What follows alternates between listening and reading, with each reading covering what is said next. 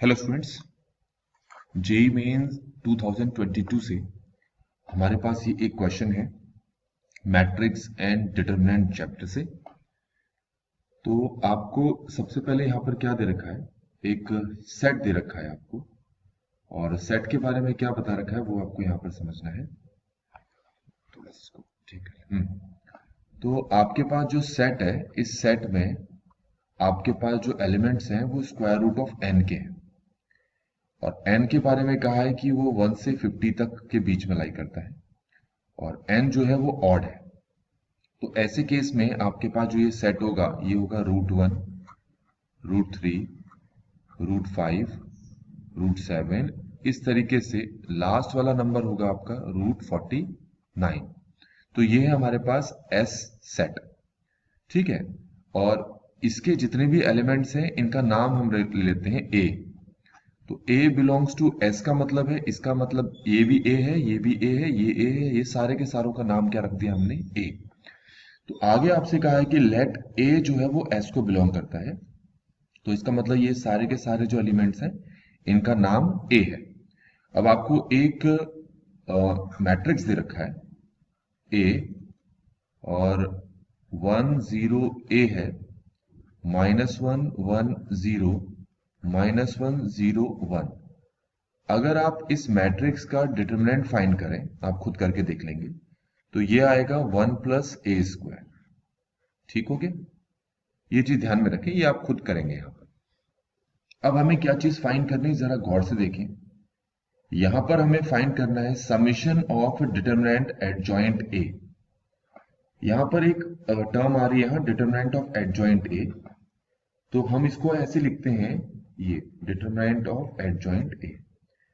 आप ध्यान में रखें कि हमारे पास ये 3×3 मैट्रिक्स है, तो determinant of adjoint A equal होगा डिटरमिनेंट ऑफ ए की पावर 2। ठीक हो गया, ये आपने एनसीईआरटी में पढ़ रखा है ये वाला फॉर्मूला। एडजॉइंट ए का जो डिटरमिनेंट होता है वो इक्वल होता है determinant of A power n-1। n-1 उस केस में अगर आपके पास जो मैट्रिक्स है वो n/n है, क्योंकि यहाँ पर 3×3 था तो इसीलिए डिटरमिनेंट ऑफ ए है 2। ये समझ में आ गया होगा आपको। तो आप देखिए यहाँ पर हमारे पास डिटरमिनेंट ऑफ ए ये है, तो हमारे पास डिटरमिनेंट ऑफ एडजॉइंट ए जो है वो क्या हो गया, वो हो गया 1 + a² की पावर 2। यहां तक क्लियर हो गया होगा।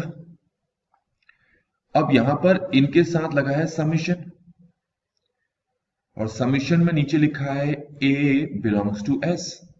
इसको जरा ध्यान से समझें।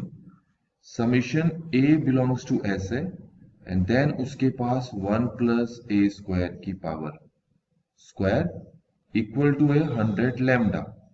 अब क्योंकि समीशन है तो समीशन का मतलब है कि आप a की वैल्यू जो है यहां पर पुट करते रहें और प्लस करते रहें। तो a की जो पहली वैल्यू पुट करेंगे वो होगा √1 और बाहर स्क्वायर, प्लस a की दूसरी वैल्यू होगी √2 स्क्वायर, फिर प्लस √2 नहीं होगा, √3 होगा, क्योंकि वहां पर लिस्ट बना ली हमने। a तो odd number of square root, ये आपके पास है, ये सारी वैल्यूज पुट करनी है। तो फिर आएगा आपके पास 1 + √5 का स्क्वायर, फिर स्क्वायर प्लस, इस तरीके से जो लास्ट वाला नंबर होगा वो होगा 1 + √49 का स्क्वायर, और अंदर भी स्क्वायर। ये जितने भी रूट हैं ये हट जाएंगे, तो आपके पास आएगा 1 + 1 का होल स्क्वायर, फिर आएगा 1 + 3 का होल स्क्वायर, फिर आएगा 1 + 5 का होल स्क्वायर। इस तरीके से लास्ट में होगा 1 + 49 का होल स्क्वायर। अब इसको सॉल्व करेंगे तो ये आएगा 2 का स्क्वायर, फिर आएगा 4 का स्क्वायर, फिर आएगा 6 का स्क्वायर। इस तरीके से लास्ट में आएगा आपके पास 50 का स्क्वायर। इन सब में से अगर मैं 2 स्क्वायर कॉमन ले लूं तो अंदर बचेगा 1 स्क्वायर, 2 स्क्वायर, 3 स्क्वायर, और लास्ट में होगा 25 का स्क्वायर। तो ये 2 स्क्वायर तो हो गया 4।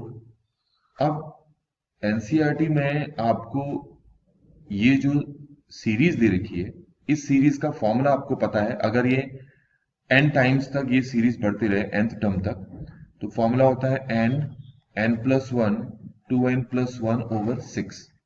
ये पता ही होगा आपको।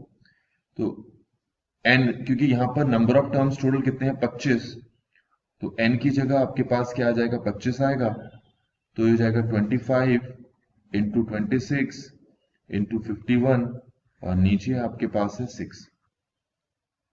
अब इसको काट देते हैं, ये 3 2 6 और 3 17 और 2 13 4 को 25 से मल्टीप्लाई करेंगे तो 100 आएगा, इन दोनों को मल्टीप्लाई करके देखें आप, ये 21 आ रहा है, 221 आ रहा है। ठीक हो गया। अब आपको पता है ये पूरा का पूरा जो समीशन है वो 100 लैम्डा के इक्वल था, तो इसका मतलब है यहां पर हम 100 लैम्डा लिख सकते हैं इक्वल टू 100 लैम्डा, यहां पर भी इक्वल टू 100 लैम्डा, और ऐसे करते करते लास्ट में भी क्या लिख सकते हैं 100 लैम्डा। अब देखो 100 100 कैंसिल हो गया, तो लैम्डा हमारे पास 221 आ गया। तो इस तरीके से बच्चों हमने इस क्वेश्चन को यहाँ पर कंप्लीटली सॉल्व कर लिया है। आई होप कि आपको ये पूरा सोल्यूशन समझ में आया होगा। Thanks for watching.